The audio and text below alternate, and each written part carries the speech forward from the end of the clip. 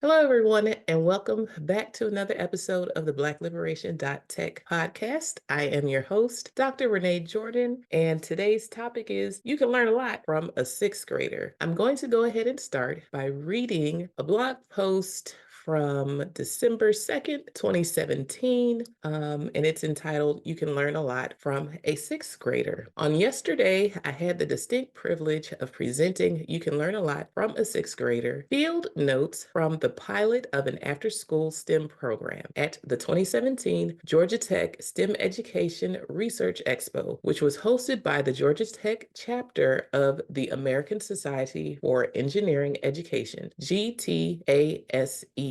The presentation was about the top 10 lessons I learned from middle school students about their interests while working with them in our research program last year. One of my professors, Dr. Lauren Margello, told our doctoral research seminar class about the expo, and so I figured I would submit a proposal to see what would happen. I learned a valuable lesson from a professor at Bowie State University, Dr. Paul Hester. Let them tell you no. Don't count yourself out by not applying. Although he was talking about jobs, I do believe that this advice is applicable in many cases. So when I received the news that I was accepted, I was very excited. When I told Dr. Margello of my acceptance, she said that she was going to come, and she did. It is always good to have friendly faces in the audience. I also had a classmate, Carrie Waller, in the crowd. We just worked together to present on multimodal data analysis on Monday, and here it was Friday, and we were presenting again. Her presentation that morning was at the Association of Fraternity and Sorority Advisors annual meeting in downtown Atlanta, where participants engaged in conversations about social class and class indicators within their fraternity/sorority community, starting with their own story. In addition to presenting a poster, the GTASEE also selected me to give a short 8-minute talk on my work. I was the last one on the program, but first to arrive. We needed to set up at 2:30 p.m., but I got there super early, 12:30 p.m. I wanted to make sure that I found parking and had time to calm down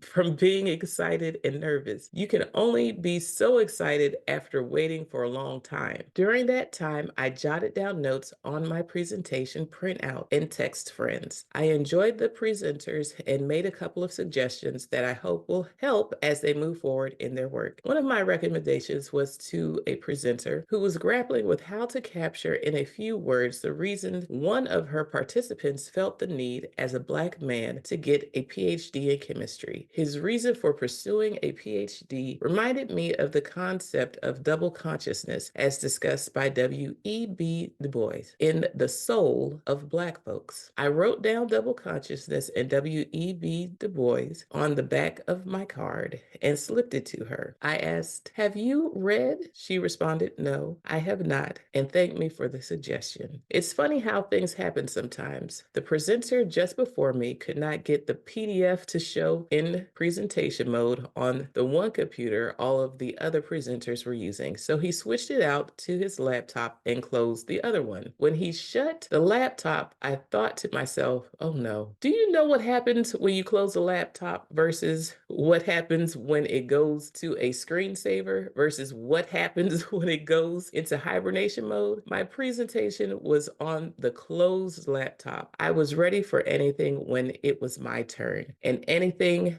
did happen. When he opened the laptop, it said 29%. It was installing updates. After seeing that screen, I held my printouts in my hand, introduced myself, said that I taught high school biology for 7 years, and so, in the words of Ray Charles, we are going to make it do what it do, and started my presentation. After spending so much time on this work, I had something to say, knew what I wanted to say, and did the best I could under the circumstances. A few moments after I started sharing about our program, the two people working on the laptop got my presentation up successfully. Once again, it's funny how things happen. I tried to help the previous presenter with his PDF, and he ended up being one of the people to help me. So I allowed my presentation to run with the time transitions while I continued to talk. I received positive feedback and a good suggestion for a web-based tool created by Georgia Tech, EarSketch, based on an area that I felt was in need of further research, finding the STEM in music. This resource suggestion was icing on the cake. I cannot emphasize enough the importance of participating in conferences, meetings, expos, etc. You are walking amongst the living, breathing libraries of information that can pinpoint what you need better than Google. Sorry, by engaging in discourse with others, they can help you find holes, make recommendations based on your needs, and suggest resources that may not have been amongst the curriculum of your years and years of schooling. Talking to people is important. They are priceless. Each time I write or present, it is practice for the next time. As a result, I am grateful for having the opportunity to practice with others in practice. Please note that my poster was bigger and had more colors this time, as suggested by Dr. Sino and Stephanie, a longtime friend from Hood College. I told you that I learned by listening. So that was my blog post on You Can Learn a Lot from a Sixth Grader. And so based upon that, I want to encourage you once again to submit and apply to as many opportunities as possible. When you are submitting and applying to different places, you need to make sure that you address the call for proposals. In the call for proposals, the conference chairs or the conference board or the conference committee decide what they want the topic or the focus to be for that conference. And it's up to you to see, first of all, do you align with what the conference goals are? And do you have work that you can cater to those goals and align yourself with those goals? So when I submitted to the Georgia Tech conference, the focus was STEM education research. And since I was working as a graduate research assistant in an after-school program, Amaze, it was STEM focused, and consequently, I was able to fit in with what they're doing. Now, I could have been really intimidated because it was for engineers, and I'm like, I'm instructional technology, I'm not quite an engineer, but what the students were doing in our after-school program falls under software engineering, and that they were developing mobile applications. So not only did I fit in because the students were working on technology, they were actually doing some engineering of their own. So in my proposal, I had to make sure that I addressed the goals and the focus of the conference. And as I mentioned in the post, the advice from Dr. Paul Hester at Bowie State University rung in my ears. Just submit and see what happens. Let them tell you no. It doesn't hurt to apply. It doesn't hurt to try. What hurts is when you graduate and you don't have experience behind your belt. So use conferences, use expos, use student-led conferences as opportunities to get experience presenting your work to your peers. And your peers are going to be those who are in that field or in that discipline. And the walls really break down because when you're presenting, although you might be a student, you're presenting also along people who have their full degree, those who have graduated. So although I presented, there were people who already had their PhDs who were also presenting. Now, as a student, I know you can get a lot of emails, but keep your eyes peeled on your email. A lot of opportunities come in writing. Everyone is not going to verbally tell you about an opportunity. Now, because I was in a class that was geared towards doctoral students, it was our research seminar class, it was geared towards doctoral students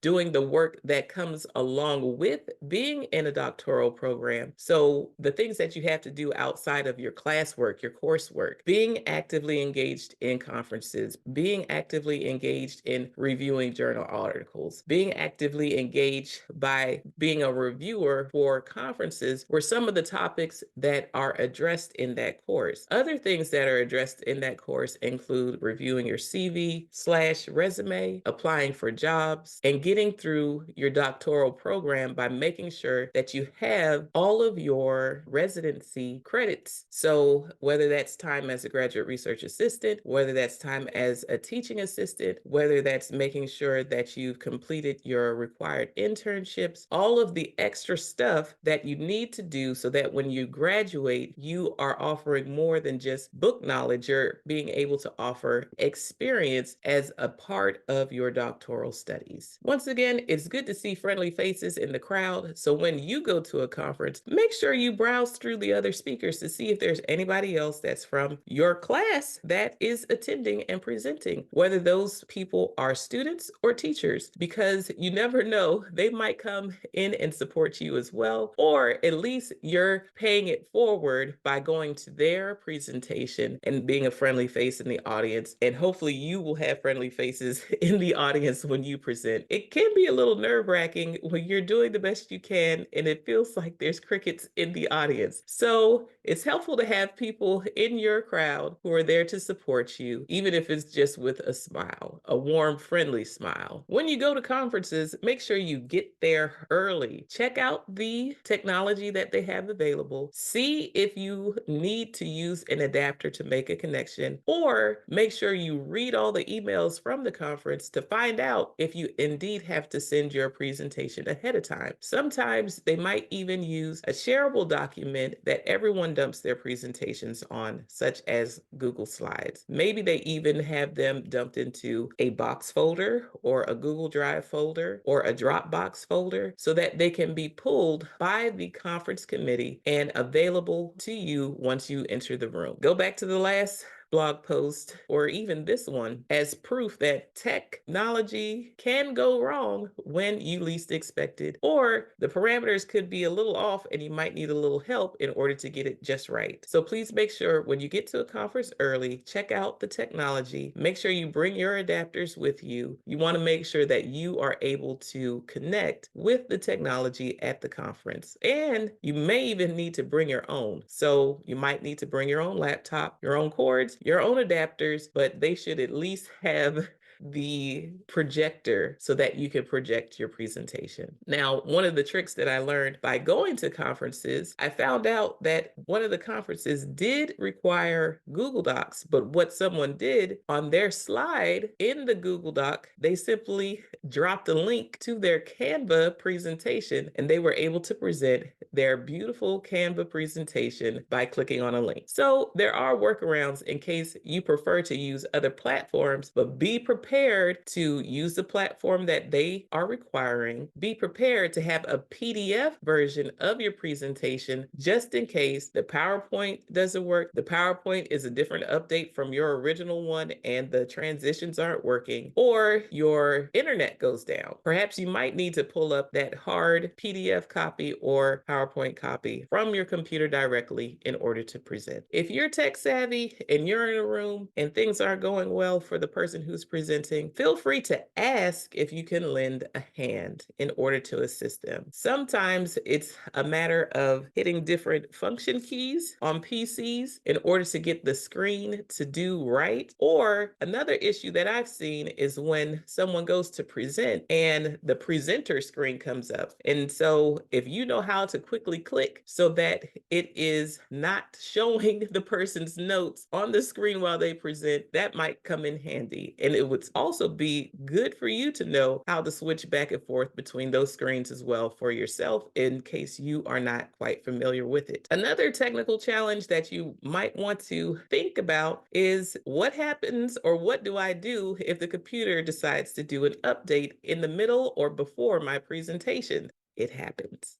Now, when you have a laptop or you're using someone else's laptop, sometimes you can hit ignore, update later, remind me later. But after a while, the computer will decide that you're just not going to respond the way it wants to. So it will do the updates on you whether or not you really want it to at that moment. So keep in mind that this is a possibility. And if you're working from your laptop, make sure you do those updates before you go to the conference so your laptop laptop doesn't surprise you when you get there and you want to present. Now, if you run into technical difficulties, another tip that I want to give you is to make sure that you have a printed out copy for yourself. That way you can still share your information, whether or not things work out with your technology equipment. You are there to share, and the most important information is actually going to come from you. Now, perhaps you can let others know that you will share the presentation with them electronically after the session, and you might want to send that to them as a PDF. Sometimes either the mobile application or the website that the conference uses has places and spaces for presenters to share their presentations. And it's helpful if you're able to say, I've already uploaded the presentation to the mobile app or to the website, and you can retrieve it from there at your convenience. That way you don't have to send a whole bunch of emails after you present, but the people who attend your session will be able to access your presentation when they get ready. So in conclusion, I want to once again emphasize the importance of participating in conferences in whatever form they may come in. Make sure that when you're submitting your proposal, that you're reading the call for proposals and that you are addressing what the focus is for the conference in your proposal to help increase your chances of being accepted. Make sure that you're also engaging in academic and professional events of any form. So it doesn't always have to be a national conference. It doesn't always have to be a conference that's given at a state or regional level. If it's something that's happening at your school, that's important too, because the people who are present are valuable and priceless and can give you feedback that comes from someone other than yourself. Also, sometimes it takes a long time to get feedback from your professors or instructors. So if you attend conferences, make sure you let your advisor know that you're submitting and that you're going to the conference. But also, when you get the feedback, take it into consideration when you are getting ready to either write up your final paper that you want to submit to a journal, or make sure you take their feedback and think about it so that you have that in mind the next time you run your program or the next time you are analyzing data. I am very grateful that I was able to attend that student-led conference at Georgia Tech, and I was grateful to get the tech from Georgia Tech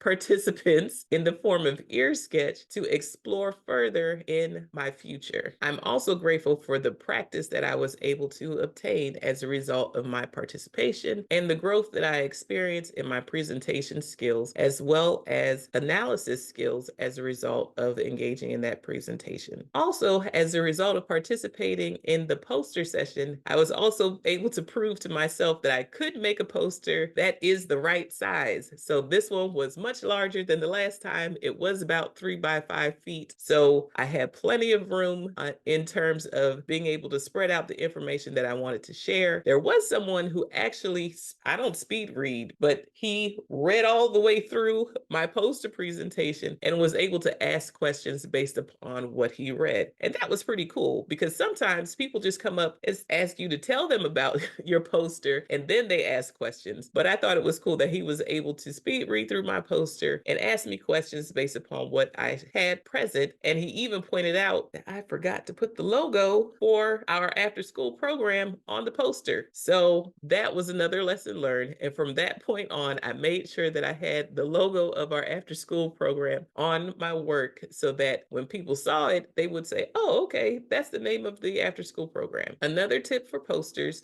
and whenever you're presenting, if you have funding for your work, you want to make sure that you recognize the source of that funding on the poster as well as in the presentation. So on your title page of your presentation and somewhere on the poster. So our after school program was funded by NSF. So I needed to make sure, in addition to naming the program, I needed to include the NSF logo as well as the award number so that they could read about the program and the awarded proposal if they wanted to dig deeper. So once again, thank you for joining me for another episode of the Black-Liberation.Tech podcast. I'm your host, Dr. Renee Jordan. And until next time, bye-bye.